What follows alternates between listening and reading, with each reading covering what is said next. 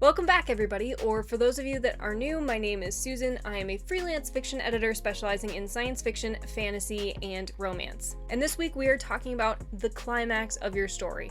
Everything that you've been working towards in your plot, everything that you've been putting together with this structure has been leading to this moment. No pressure.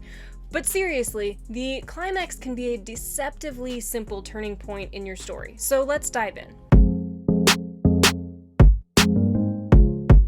As I mentioned, the climax can be simple, but also difficult. And what I mean by that is you probably know what your climax is going to look like. You know what's going to happen. It's the final battle, it's the final clash, it's the winning moment, it's when your main character gets everything that they've been working towards, come hell or high water. But it's the how that makes this such a difficult and complex thing. It's making sure you have all the pieces and that you're balancing them together as you create this epic moment in your story. In percentage terms, this turning point is unique. Instead of what we've seen previously with the turning points being at a general percentage like the 50% mark for the point of no return or the 75% mark for the major setback, this is actually a range, more like a stage that we've talked about.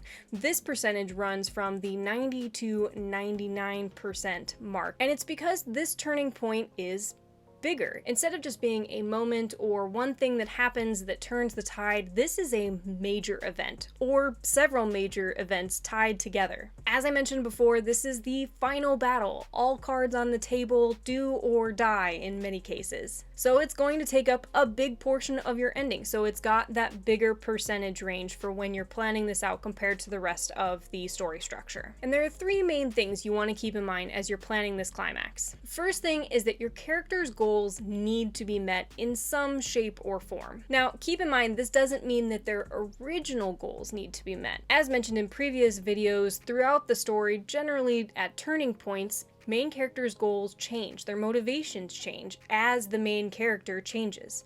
This is natural and completely normal. So you'd want the main character to reach that new goal, not the original goal. Or it could be that the main character realizes in the end that what they thought they wanted really doesn't matter anymore and their true goal is revealed. For example, in a romance, it could be that the main hero finally gets the promotion or the job or whatever that he's been working so hard for that he wanted, but he realizes that isn't what he needs, especially if it's at the expense of losing the one he loves. So then you would see them go after and reach the goal of getting the girl instead. Whatever shape that takes for you, you just want to make sure what your characters have been working towards, you see some sort of resolution in the end, even if this is a continued series.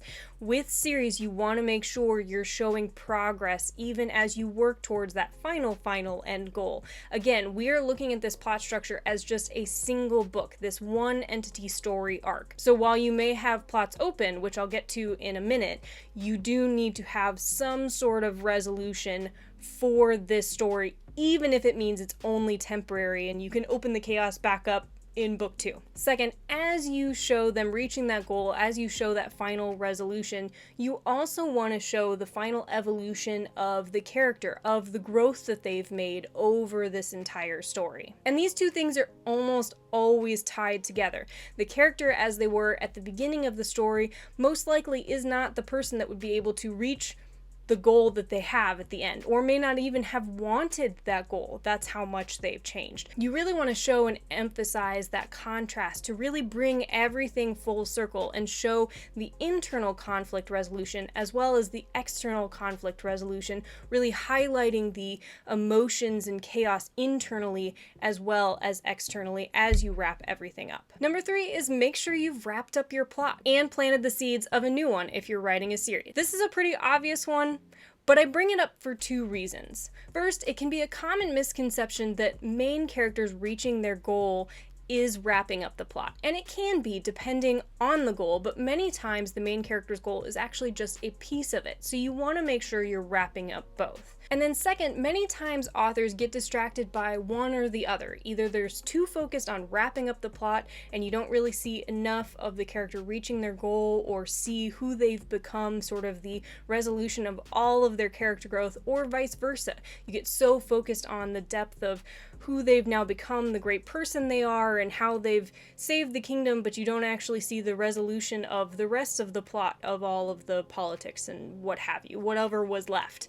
You want to make sure you're balancing all three, not only to make it as powerful as possible, but to bring everything full circle for your readers and really give them a wide scope of a view of how everything is coming to a point at this story and coming to its final epic end. Then, once the smoke is cleared, all that's left is the aftermath, which we will dive into next week.